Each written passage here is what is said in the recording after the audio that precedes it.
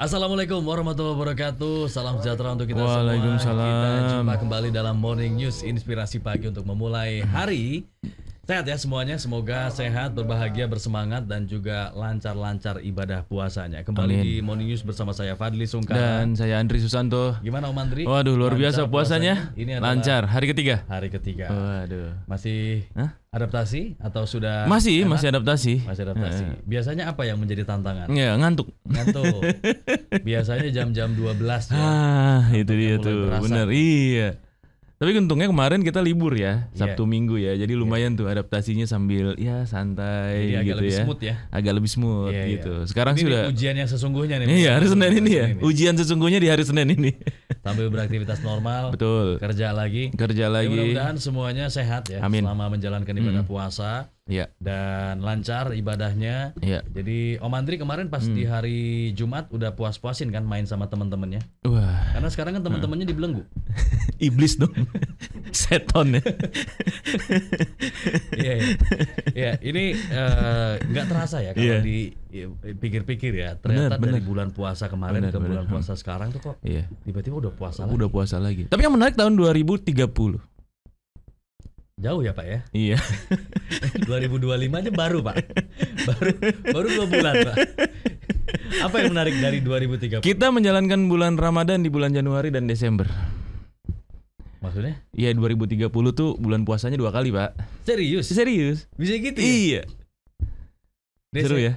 Januari 2030 2030 sama Desember 2030.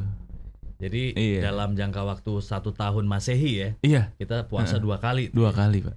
Iya, iya. Seru Karena ya? memang kalender Hijriah tuh relatif lebih singkat ya. Lebih pendek singkat, ya? betul. Kayak kemarin kan penentuan hilal? Iya. Iya. Nungguin Aceh kan? Iya. Iya.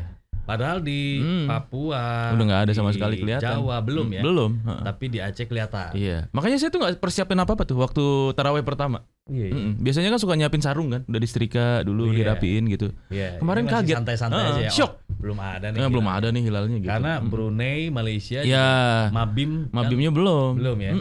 Ternyata nengil tipis di Aceh. Iya. Mm-mm. Nah, kata Menag, Iya. Prof. Nasaruddin Umar, Mm-mm. meskipun baru terlihat di Aceh, Iya. di Jawa, di Papua itu nggak kelihatan. Tapi karena kita adalah satu wilayah Iya. hukum, Betul. sehingga menjadi satu kesatuan. Iya. Apabila satu sudah puasa, Semuanya juga sudah puasa. menginjak bulan Ramadan. Iya. 1446 Hijriah. Langsung buru-buru tarawih itu. Iya, Mm-mm. benar. Waduh. Mungkin bisa dikatakan last minute ya. Iya, last minute. Dan benar. ini kan molor ya kalau dibandingkan dengan benar. sidang isbat Benar, yang lalu-lalu yang Kayaknya yang agak sebelum-sebelumnya. diskusinya agak panjang ya. Iya. Hmm. Iya benar. Nungguin aja lama. Iya, dan ya kita bersyukur lah akhirnya bisa bersamaan lah. Artinya serentak nih. Serentak. bersama-sama. Berarti lebarannya sama ya? Walaupun Ustadz Agus Musa ini udah duluan puasanya. Oh, Naksabandia. Iya, enggak Senin Kemis maksudnya. Jadi sebelum Ramadan beliau sudah rutin Senin Kemis, kadang puasa tahu juga. Oh iya benar-benar Jadi, benar, alhamdulillah ya. udah nggak Jadi kaget iya ya, udah nggak kalau kaget udah ya, masuk normal ya. Ramadan.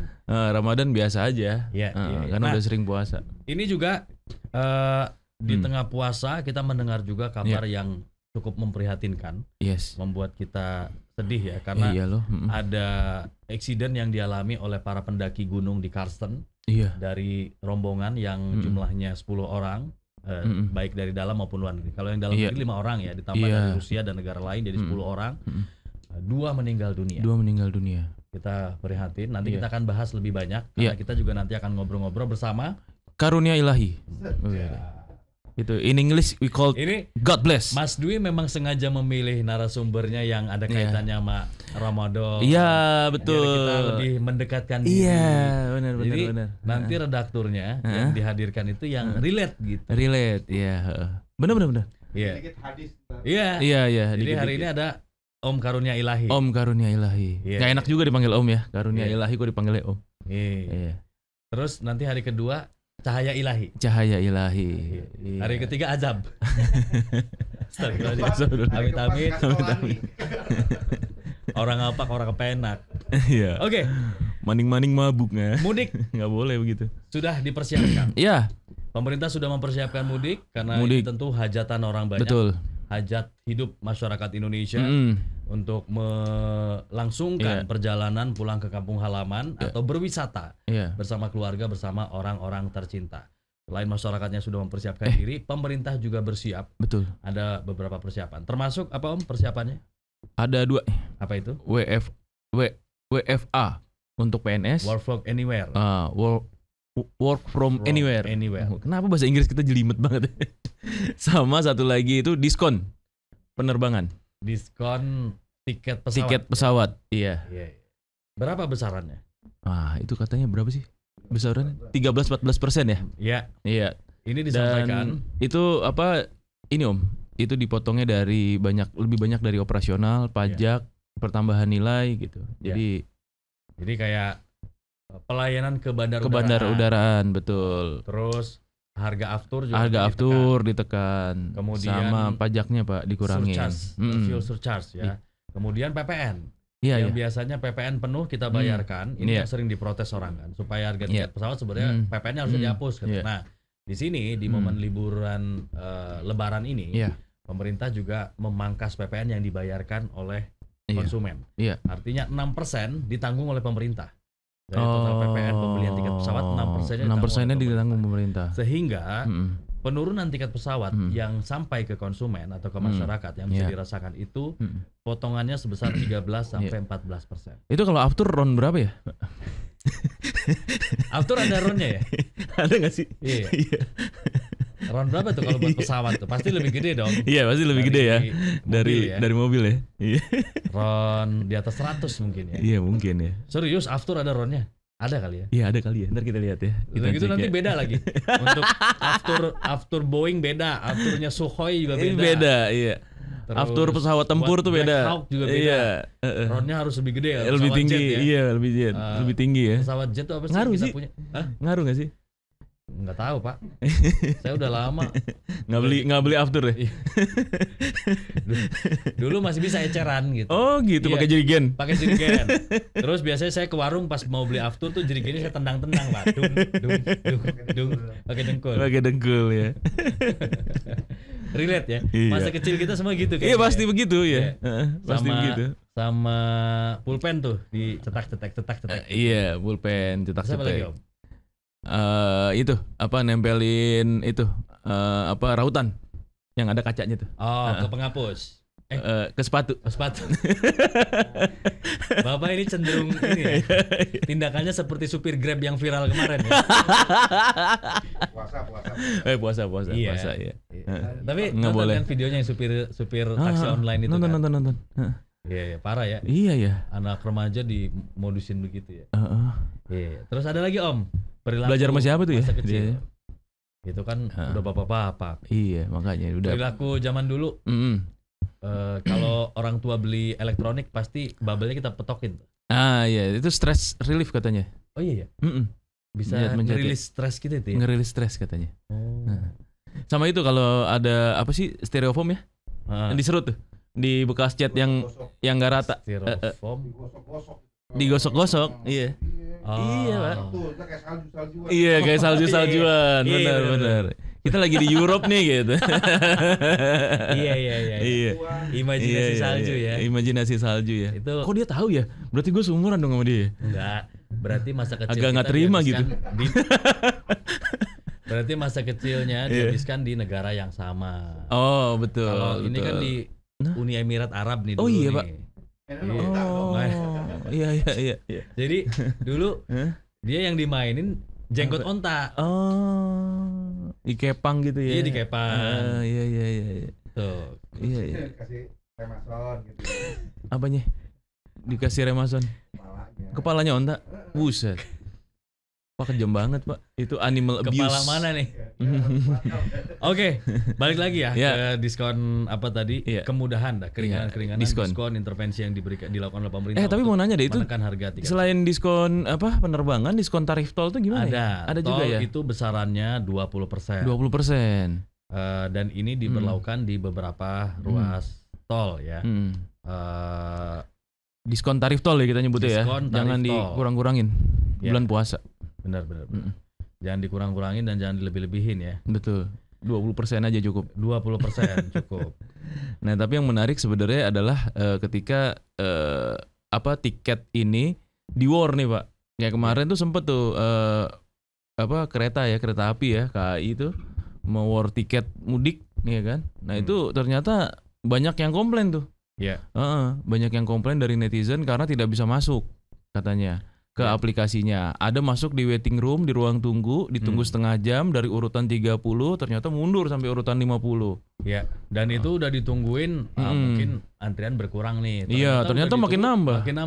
Dan dia tetap urutan ke belakang gitu. Iya, mundur ke belakang. Di belakang. Sampai akhirnya nyerah kan? Nyerah. Desperate. Ternyata tiba-tiba muncul di Twitter, di X. Ada akun calo jual tiket gitu ya. Wah, sama aja katanya. Iya, makanya mau cara digital juga masih. Makanya maksudnya gini, diskon ini boleh gitu, asal tepat sasarannya gitu. Kalau ketemu calo lagi naik lagi harganya, Pak. Iya. Balik normal lagi. Betul. Iya. Bapak berapa lama, Pak? Jadi pelatih Zumba. Ponfit sekarang Ponfit ya. Iya.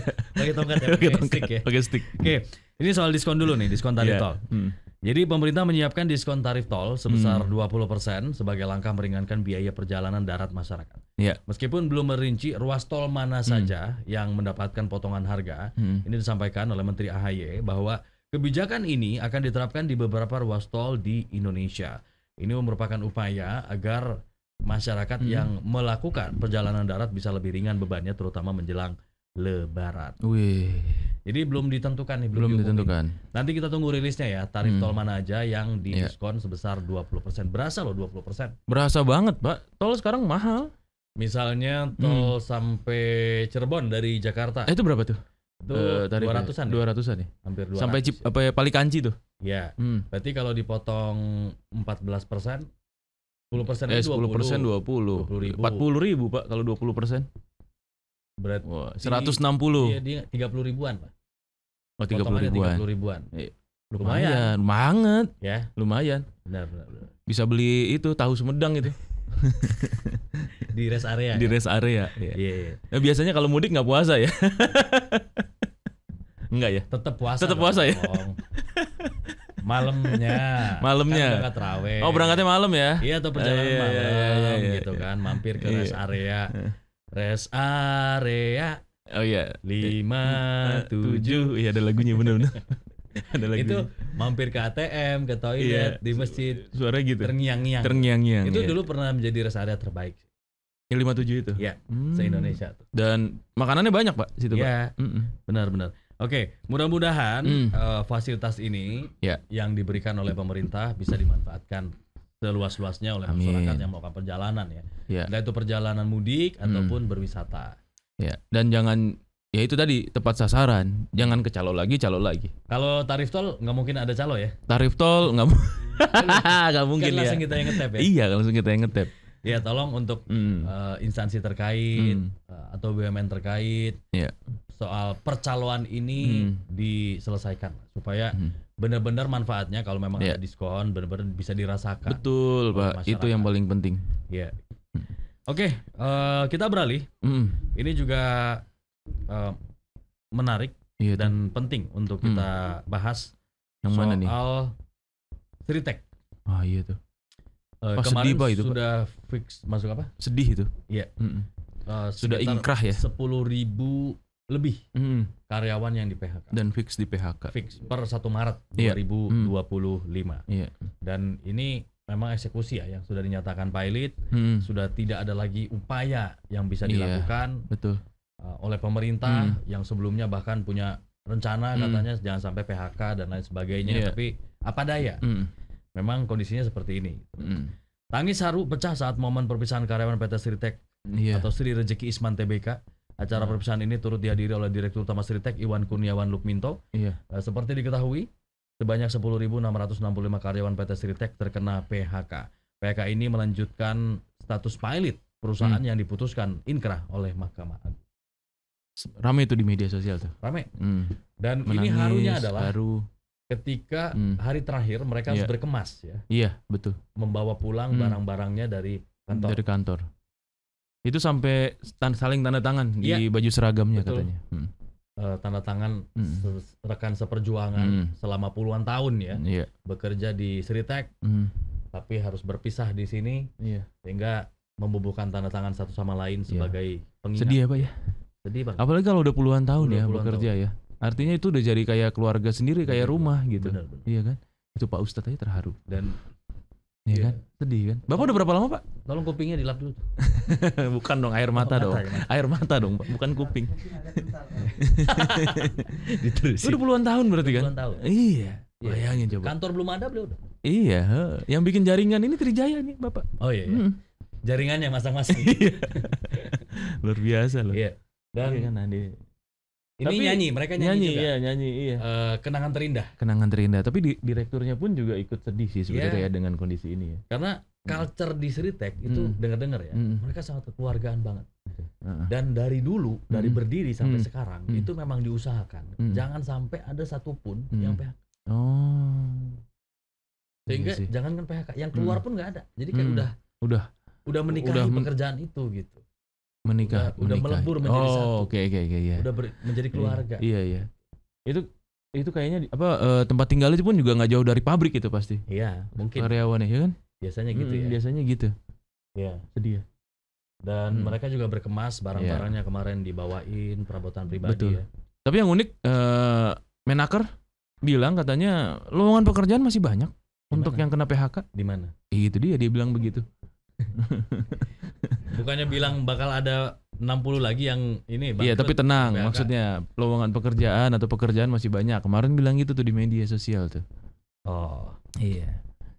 Yang jadi soal sebenarnya lowongannya banyak, Pak. Kalau Bapak lihat LinkedIn ya, itu banyak, Pak.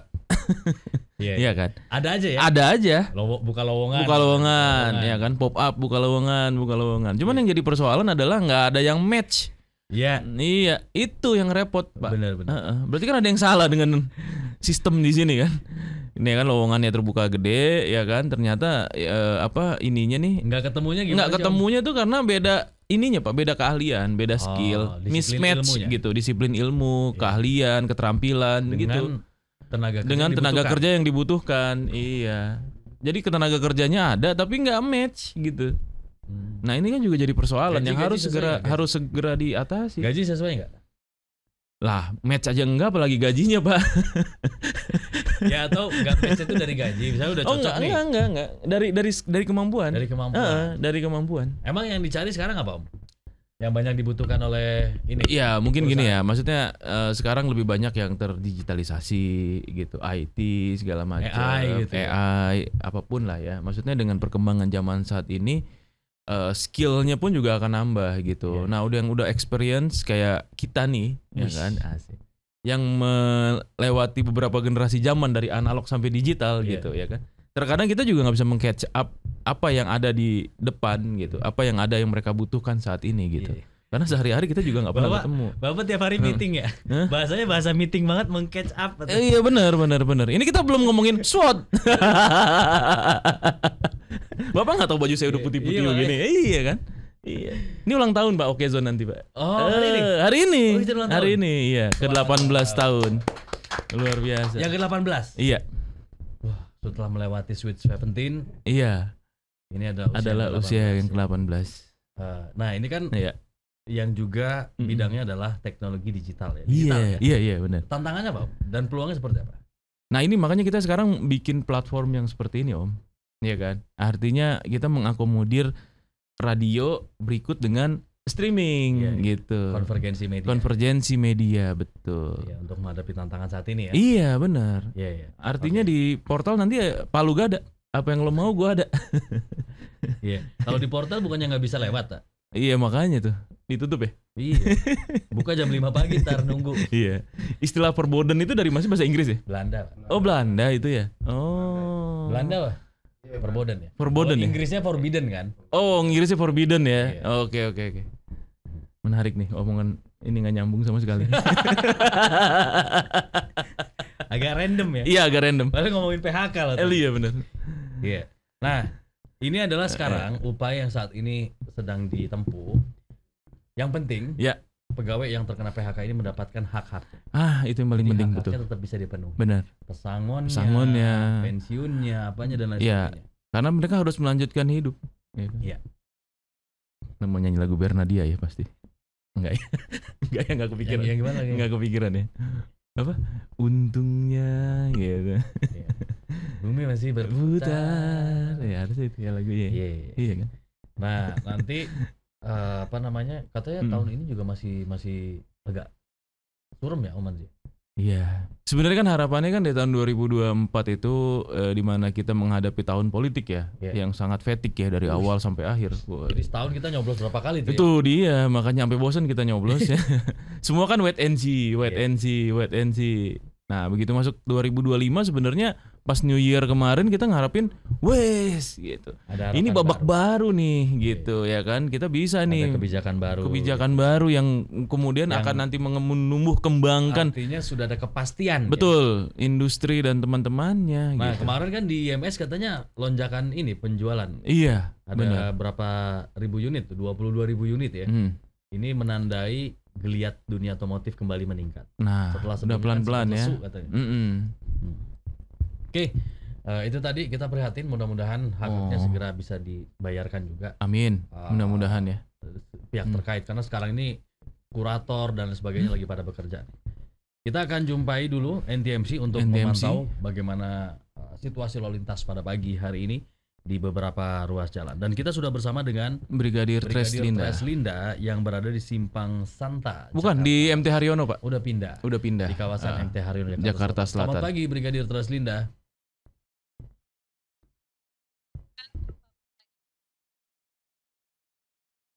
Wah, cerah sekali ya cuaca pagi ini, secerah senyumnya Brigadir Treslinda. Seperti apa pantauan lalu lintas di pagi hari ini yang bisa disampaikan? Ya, baik, terima kasih. Sobat iNews, dapat saya laporkan situasi arus lalu lintas pada pagi hari ini dari arah Cawang yang akan mengarah ke Pancoran dalam keadaan ramai lancar di jalur arteri dengan dominasi kendaraan roda 2. Sementara untuk jalur tol dalam kota Cawang Grogol pada pagi hari ini cukup ramai, cenderung padat di sana, di mana pada pagi hari ini juga bertepatan dengan jam berangkat perkantoran. Memang peningkatan volume kendaraan di sana sudah terlihat sejak pukul 7 pagi tadi, dan juga sampai saat ini masih diberlakukan sistem kontraflow di jalur tol Cawang hingga Semanggi. Untuk itu kami harapkan Anda dapat mengikuti arahan serta petunjuk petugas kami yang berada di lapangan, dan sistem kontraflow ini akan berakhir pada pukul 10 waktu Indonesia bagian Barat. Kemudian untuk arus lalu lintas di jalur sebaliknya tol dalam kota dari arah Selipi yang akan mengarah ke Cawang masih dalam keadaan ramai lancar, dan di ruas jalur arteri Pancoran yang akan mengarah ke Cawang masih dalam keadaan ramai lancar. Meskipun lalu lintas di sana lancar, kami harapkan Anda untuk selalu mematuhi batas kecepatan kendaraan serta jaga jarak aman kendaraan Anda dengan kendaraan lain. Kami juga menginformasikan data RSMS Korlantas Polri dalam kurun waktu 1 kali 24 jam terjadi 183 kasus laka lantas di seluruh Indonesia, dengan rincian 18 orang meninggal dunia, 22 orang luka berat, dan 214 luka ringan. Dari 183 kasus laka lantas tersebut, 75% didominasi oleh kendaraan roda 2. Dan penyebab laka lantas bagi pengendara roda 2 ini disebabkan oleh memacu kendaraan dengan kecepatan tinggi. Hal ini sering menjadi problem yang menyebabkan kecelakaan lalu lintas. Untuk itu kami harapkan bagi para pengguna kendaraan roda 2 maupun roda 4 agar selalu menjaga batas kecepatan kendaraan Anda dalam batas normal sehingga tidak kehilangan kontrol yang dapat menyebabkan kecelakaan lalu lintas. Bagi Anda yang akan mengupdate informasi seputar arus lalu lintas terkini, kami siap melayani Anda di 15669 ataupun melalui SMS terkait 9119. Demikian Brigadir Treslinda melaporkan. Fadli dan Andri kembali ke Anda. Baik, terima kasih Brigadir Treslinda pantau lalu lintas pada pagi hari ini. Selamat pagi, selamat bertugas kembali. Oke, ini juga Om seru nih soal Pertamax ya, soal Patraniaga. Ada korupsi yang bahkan sampai Direktur Utama Rifa Syahan sama dengan 8 tersangka lain. Jadi total sudah ada 9 tersangka ya. Nah, yang menarik ada wawancara dari mantan komisaris utama. Betul, Pak Ahok ya, Basuki Cahayapurnama ya. Yang menghebohkan. Iya, menghebohkan. Kalau bisa saya tangkap semuanya. Wah, gitu omongannya. Tapi dia bilang dari dulu memang begitu ya. Dari dulu memang begitu. Dan akhirnya kan diperiksa Kejagung ya. Dia bilang saya senang diperiksa kata dia. Dan beliau juga siap ya untuk diperiksa. Siap untuk diperiksa. Mudah-mudahan terbongkar semua sih Om. Ini mafia migas ini. Iya. Iya. Udah lama ya. Udah lama. Dan ini kayak dulu kan bapaknya nih. Sekarang iya betul. Juga. Iya. Anaknya iya benar-benar. Pak Ahok bilang ini sebenarnya cuma ganti orang aja. Setelannya sama ya. Tetap jalan. Template-nya sama ya. Permainannya sama. Wah, ini harus diungkap nih. Iya benar. Kejagung harus manggil langsung Pak Ahok untuk karena beliau bersedia untuk di ini bekerja sama iya. Bahkan punya ini katanya filenya segala macam iya. Benar katanya gitu. Ya itu ditaruh di Rusia nggak tuh? Enggak. Beda ya. Beda. Tapi katanya balik lagi kemarin ya. Koni ya. Maksudnya? Balik ke Indonesia lagi. Iya. Ada live gitu kalau nggak salah saya lihat. Oke. Nah jadi mantan komisaris utama PT Pertamina Basuki Cahayapurnama atau Ahok merespon soal peluang dirinya diperiksa Kejagung terkait kasus dugaan korupsi tata kelola minyak mentah dan produksi kilang minyak di Pertamina. Ahok siap dengan pemeriksaan tersebut. Ketua Bidang Perekonomian PDIP ini mengaku senang bila diminta memberikan keterangan terkait kasus tersebut. Ini menarik. Sudah ada orang yang siap untuk buka-bukaan. Betul. Iya, harus di ini. Tapi lihat situasi di lapangan ya Om ya kemarin Pertamina pada sepi loh. Sepi. Orang pada pindah ya. Pindah ke kerang ya, ke yang hijau sama yang biru gitu kan. Pertamina juga ada yang biru loh. Oh iya ya, benar ya. Iya. Terus ada foto, ada yang posting foto pegawai Pertamina duduk lesu, nggak ngelain sama sekali karena nggak ada yang ngisi di situ. Terus captionnya gini, yang korupsi petingginya, tapi yang ngerasain dampaknya yang di bawah-bawah. Nah, iyalah. Mereka nggak tahu apa-apa loh, tapi iya betul. Harus ngerasain. Dan itu yang terjadi tapi gitu. Menarik juga bahwa hasil pemeriksaan Lemigas uji lab sudah keluar. Dan hasilnya menggembirakan. Mudah-mudahan ini bisa menenangkan dan melegakan para pengguna BBM Pertamax bahwa semua sesuai standar yang dipersyaratkan. Sesuai RON-nya. Sesuai on spec ya. On spec. Jadi yang RON-nya 92 benar 92. Yang RON-nya 90. Oke, kita akan terus kawal, kita akan terus ikuti perkembangannya dari kasus korupsi yang diproses di Kejaksaan Agung. Nah, kita break dulu. Mungkin yang Sobat Anyus yang punya pengen komen atau info monggo. Atau pendengar Trijaya boleh. Pendengar Trijaya melalui WhatsApp di 0812 111 1046. Abis ini kita akan bahas soal 2 orang pendaki yang tewas. Pendaki yang meninggal dunia di Kartens. Tetap bersama kami di Morning News. Morning News.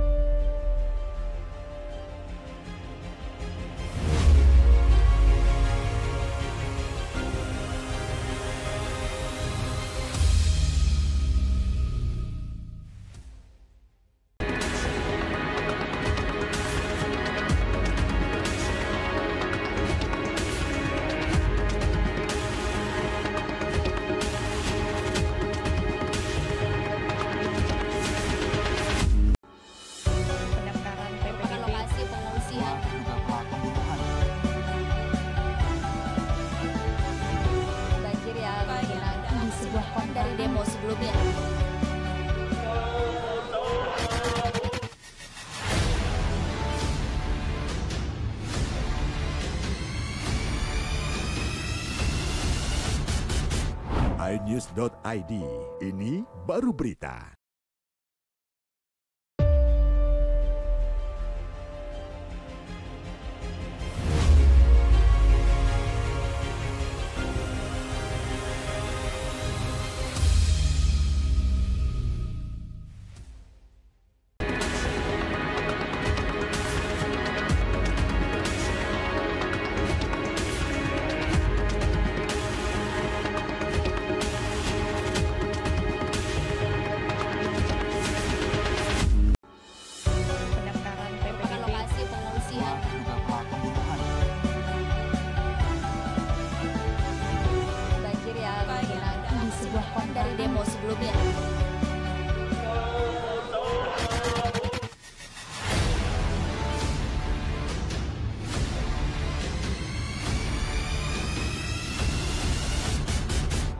iNews.id.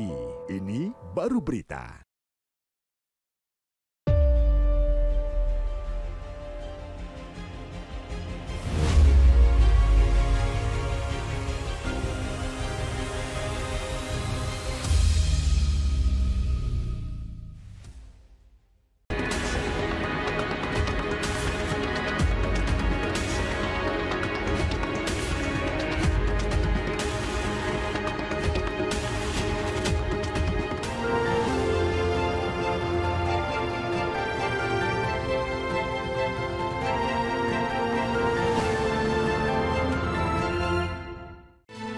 Balik lagi di Morning News dan pagi ini kita sudah bersama dengan Redpel iNews.id. Ada Kurnia Ilahi. Om Kurnia, selamat pagi. Om Kur, selamat pagi Om. Alhamdulillah. Luar biasa ini.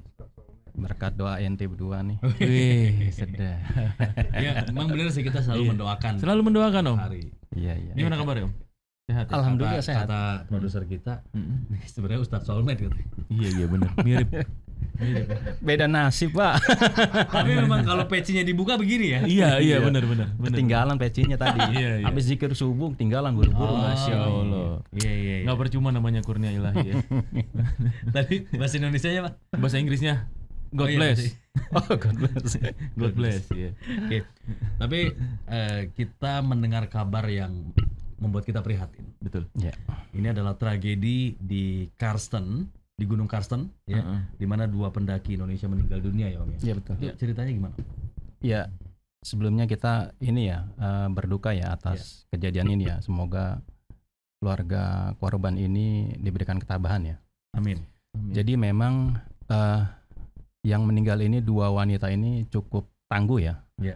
Itu di usianya yang hampir 60. Itu tetap punya semangat buat naik mendaki gunung ya. Iya. Nah, jadi mereka memang awalnya ini berangkat itu Rabu ya 26 Februari ya, 2 Februari. Nah, kemudian itu dari Bandara Timika ke base camp Yellow Curtains itu menggunakan helikopter. Nah, di situ tiba hari Jumat ya, 28 Februari. Mereka belum langsung mendaki, biasanya memang ada proses aklimatisasi ya atau penyesuaian kondisi lingkungan dengan tubuh ya, cuaca di situ. Yeah. Nah, 2 hari mereka penyesuaian itu baru langsung melakukan pendakian. Itu 28 Februari Jumat ya.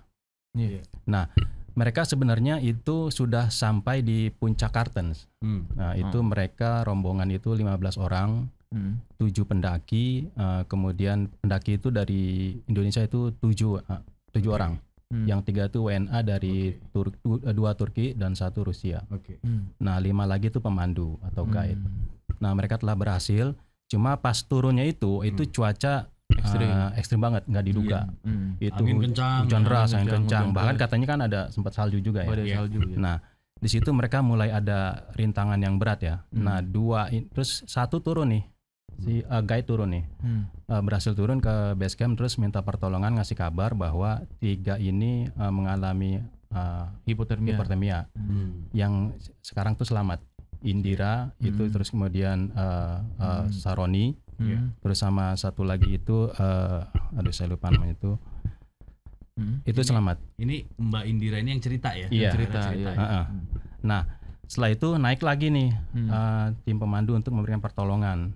Nah, kemudian sampailah di teras 2 itu namanya ya. Itu yang 2 wanita ini meninggal yaitu Lili Wijayanti dan Elsa Laksono ya. Nah, dalam keadaan itu meninggal, akhirnya kemudian tetap dilakukan evakuasi itu hari Minggu, cuma hanya 1 yaitu Elsa Laksono ya. Karena yang 1 lagi ini Lili Wijayanti itu batal dievakuasi hari itu karena memang cuacanya cukup buruk, akhirnya ditunda. Tapi kabar yang terbaru ya, alhamdulillah itu hari ini pagi katanya telah berhasil dievakuasi.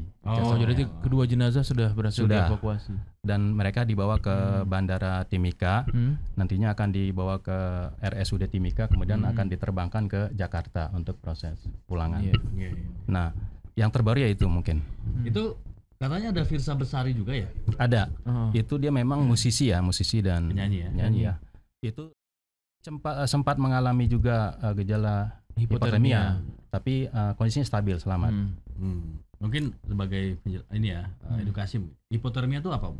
Nah, Jadi dia memang itu kondisi tubuh itu di bawah normal ya, suhu itu sangat rendah tingkat panasnya itu. Kalau normalnya itu kalau nggak salah 37 ya.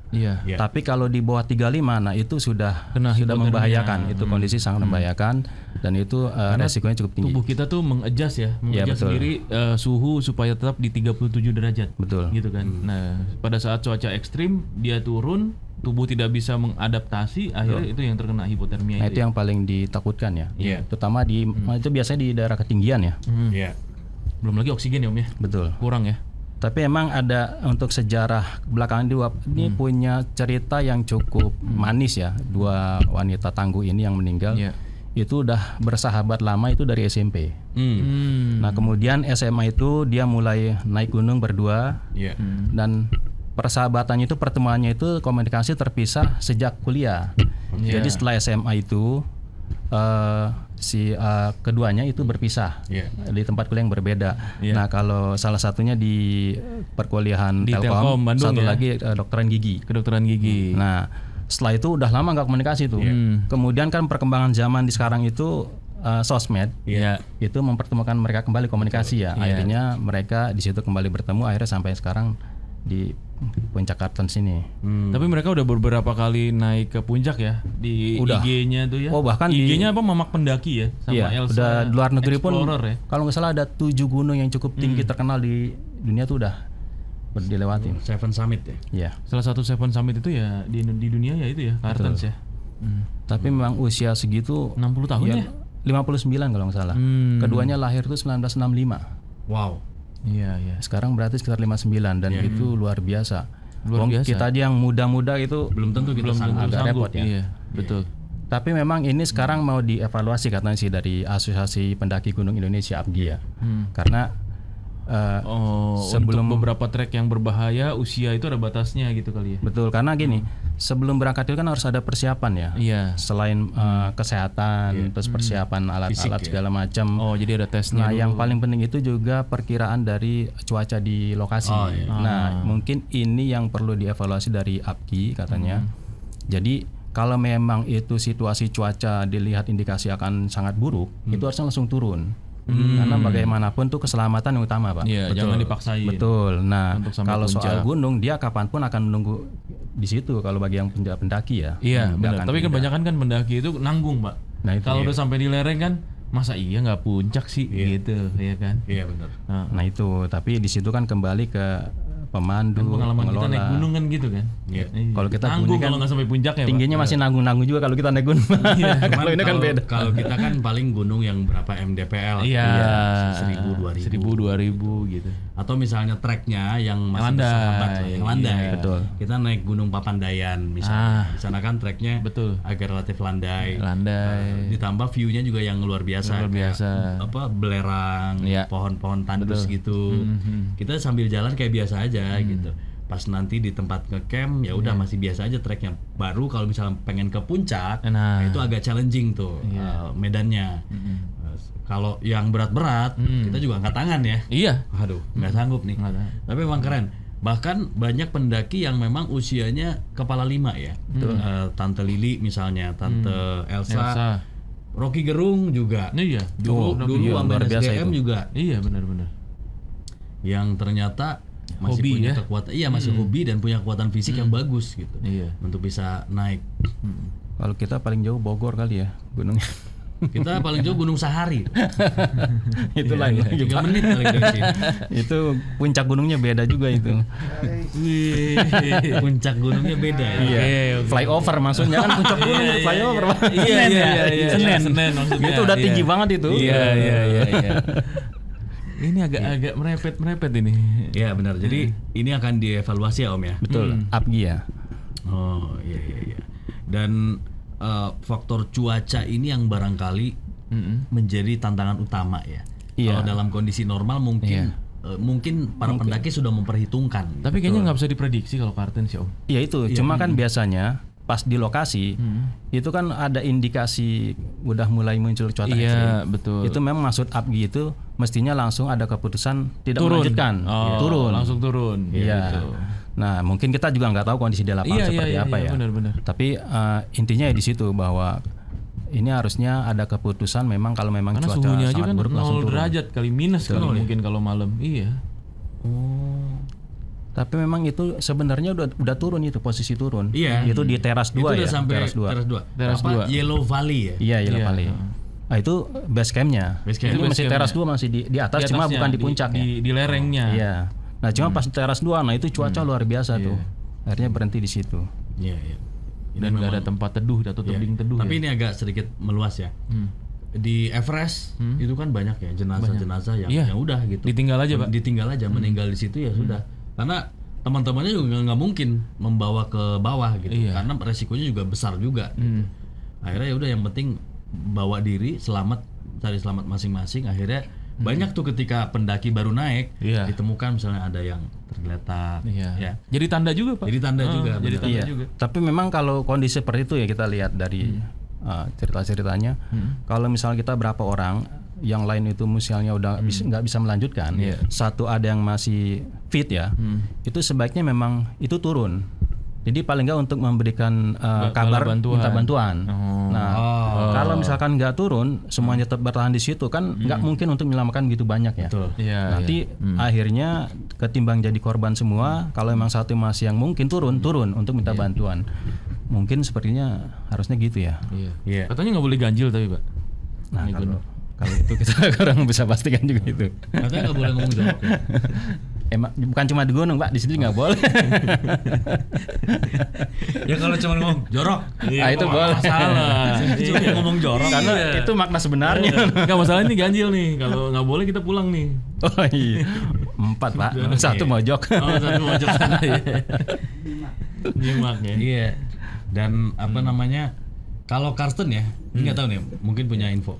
Dari cerita-cerita testimoni para pendaki ya, termasuk medannya yang apa? Medium, yang berat atau yang gimana? Berat, Pak, itu berat, makanya. Berat, ya? Makanya kan itu kan bagian dari Seven Summit International. Iya, ya? betul.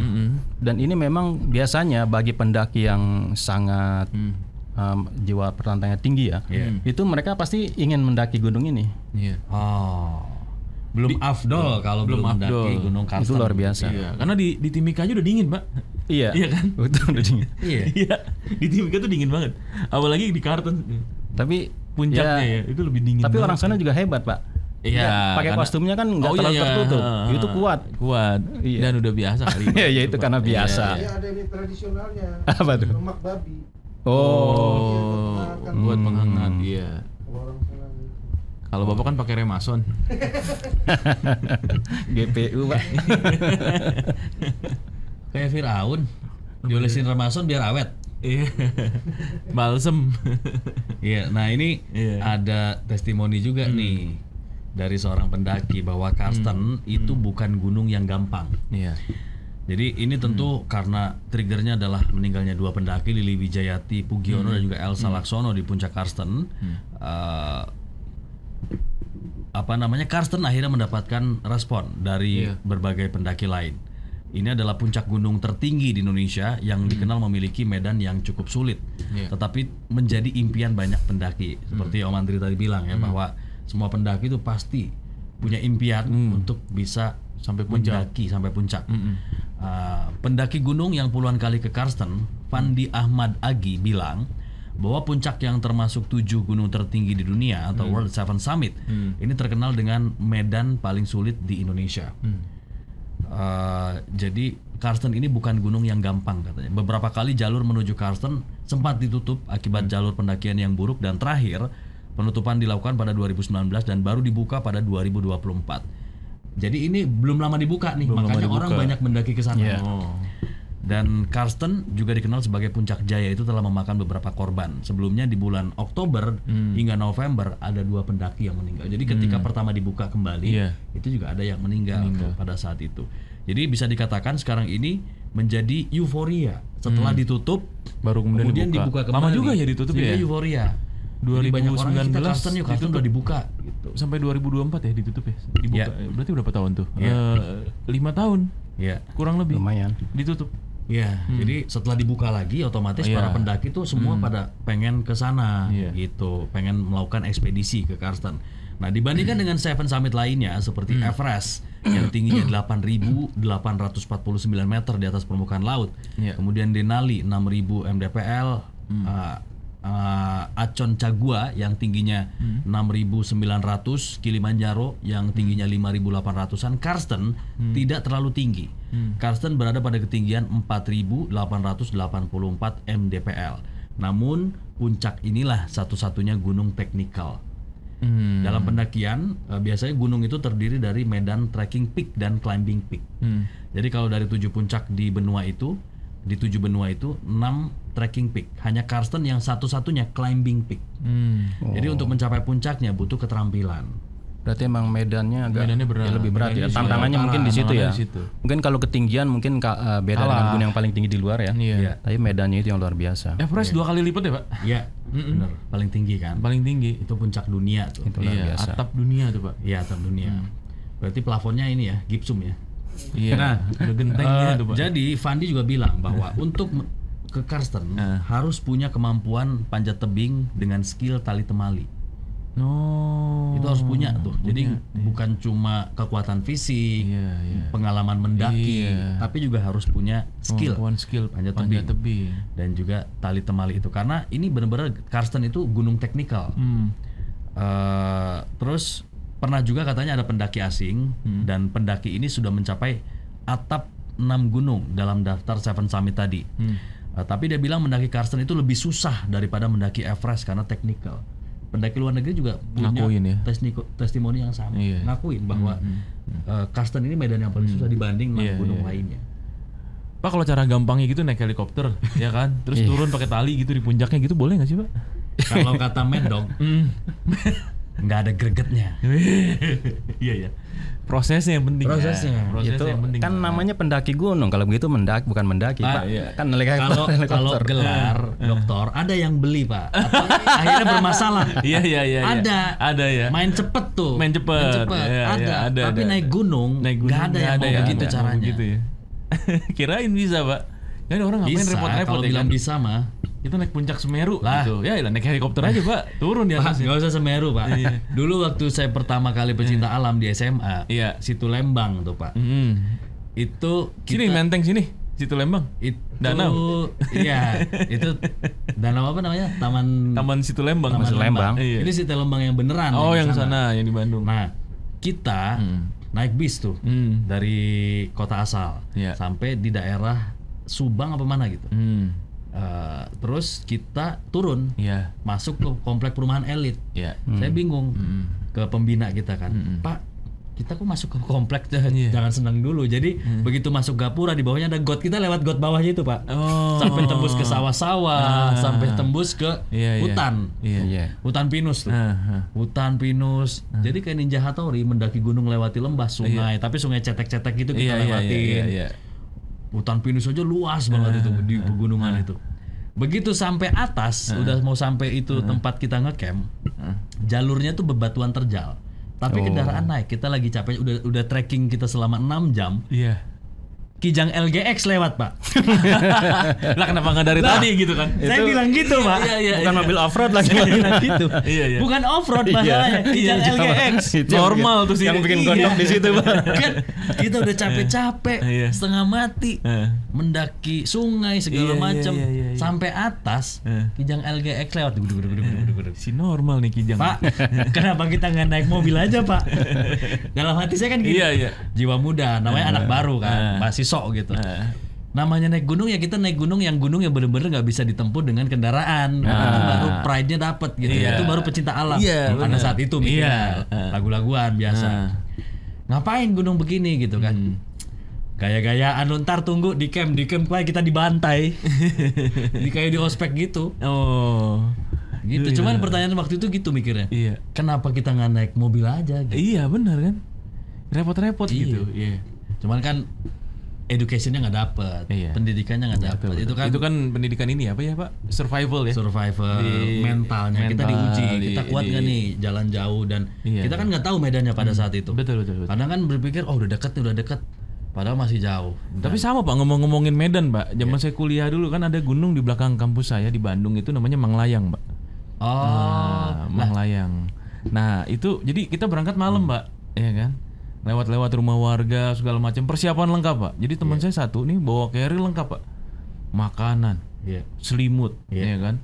Rantang, sleeping bag segala macam, sleeping bag, ya. parafin zaman dulu ya, dulu belum ada kompor gas Pak. Emang gunungnya terjal ya. Parafin. Gunungnya gede Pak, emang layang gede gunungnya. Jalan Pak, ya kan? Adalah 2 jam kita jalan, set lurus gelap Pak jalanannya Pak. Tiba-tiba senter mati. Innalillahi, sakit apa? Senter Pak mati. Oh innalillahi. Lihat. Senter ini mati Pak. Jalan, set tiba-tiba jebur. Yang bawa keril paling banyak itu Pak. Jebur ke empang. Terus dia salah jalan. Kuyup Pak. Iya. Kita khawatir hipotermi kan? Iya. Ya udah, karena udah basah semua perbekalannya Pak, kita pulang lagi Pak, nggak jadi naik. Balik lagi. Karena penting logistik ya. Betul, logistiknya penting Pak. Itu roti udah kuyup. Nggak bisa dimakan ya. Iya. Padahal tapi yang paling kasihan dia Pak. Bau amis badannya Pak. Jebur empang. Sebenarnya menurut saya naik aja Om. Naik aja. Naik aja khawatir. Ya. Karena ini pengalaman saya juga. Naik Gunung Papandayan tuh yang ceritain. Iya. Kita sampai tempat ngecamp. Itu lapang luas kan. Iya. Jadi emang ngecamp di situ. Udah nggak bisa lagi ke atas. Ke atas kecuali kita mau sampai puncak. Gitu. Bukannya bau ya Pak itu Pak? Bau belerang gitu? Enggak. Ya, bau sih, agak bau. Kan? Cuman kita pakai masker. Dan ya kalau misalnya kuat ya udah tahan aja. Ada juga yang nggak pakai masker. Nah terus sampai tempat ngecamp itu lapang, itu bisa dipakai main bola juga kalau tendanya nggak terlalu full ya. Terus kita bagi tugas tuh, 3 orang bikin tenda, 2 orang masak, bikinlah itu nasi, sarden, enak mie banget instan. Jadi kan cuma terbatas. Akhirnya gantian kan, kok nasi dulu, nasi matang baru sarden, baru mie-nya gitu kan. Nah nasi belum mateng, yang bangun tenda juga masih kelihatan ngos-ngosan gitu kan. Lama nih, mana apinya juga susah banget nyalanya, parafin tuh pada saat itu. Baru sebentar ditengok, nih masih nasi, masih belum matang. Jadi bubur, jadi apa belum kelihatan mau tanak gitu. Masih lama. Tiba-tiba di pinggir tanah lapang tadi ada satu gubuk, tiba-tiba gubuk ini dipenuhi orang. Dikerubutin orang. Kita penasaran. Sadar gitu. Wih, ada apa tuh? Ini gubuk tadi tutup gitu, kayak nggak berpenghuni. Sekarang kok tiba-tiba ramai dipenuhi orang. Jadi orang jualannya nggak kelihatan tuh karena dipenuhi orang kan. Coba lihat, akhirnya lihat kan salah satu dari sana. Set, woi balik lagi. Apa tuh? Gorengan panas-panas. Ada orang makan mie instan, ada nasi goreng juga. Yang lagi masak. Ya udahlah, taruh aja ini. Tinggal aja. Makan aja kita di situ. Iyalah, bener. Bisa beli kenapa bikin? Jadi kadang-kadang di gunung itu udah ada. Ada ya hal-hal yang tidak terduga. Termasuk kayak di Bromo. Ya. Di kawah-kawahnya itu ada Pak, sampai kawah-kawahnya itu orang jual makanan, kopi itu ada.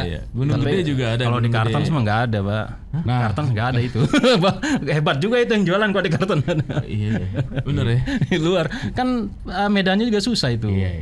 Makanya kan biasanya orang kalau misalnya mendaki itu dia mungkin diantar ya, di drop itu sampai titik yang misalnya sudah sampai akhir yang buat medan tersulit. Udah mentok tuh ya. Nah kalau kayak di Kartens itu kan dia kemarin pakai helikopter ya. Itu mendarat di base camp Yellow-nya karena itu memang pakai helikopter. Awalnya dari situ. Nah makanya kan mendarat di base camp Yellow. Mereka dua ide gue ini. Emang begitu. Emang begitu Pak mekanismenya. Itu 2 hari tuh mereka menyesuaikan diri dulu itu. Yellow. Nah barulah mereka naik. Nah itu di situ benar-benar pendakiannya itu, makanya bilang pendaki gunung. Medannya luar biasa. Berarti nggak ada orang jualan dong. Berarti nggak mungkin di Kartens karena medannya di Sumatera Utara.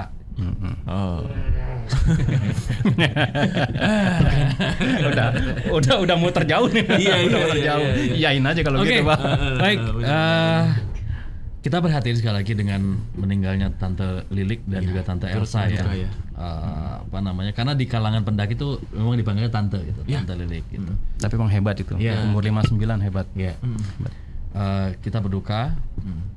Mudah-mudahan ya karena memang mau ada evaluasi ya, evaluasi pendakian ini dari faktor cuaca dan sebagainya untuk penerbitan izin dan lain sebagainya. Mudah-mudahan ini menjadi pengalaman dan pembelajaran ya. Amin. Oke, baik Om. God bless, thank you ya. Om Kurnia Ilahi. God bless. Om Andri datang buka pintu, ada God bless. Terus kan gue nyanyi. Memang susah Jadi orang yang Lu sama dong. Beda Pak, keluaran lahirnya tahunnya segitu. Beda. Sehat selalu Om ya. Sehat-sehat ya Om. Selamat berpuasa. Selamat berpuasa, maaf lahir batin. Semoga lancar semuanya. Sampai di maghrib ya. Nggak di Kartens. Apa ini? Iya, kita sampai di klub Spanyol Pak. Betul. Real Madrid. Real Maghrib. Itu beda lagi. Oke, sampai di sini kebersamaan kita di Morning News edisi hari ini. Kita jumpa lagi besok di jamnya.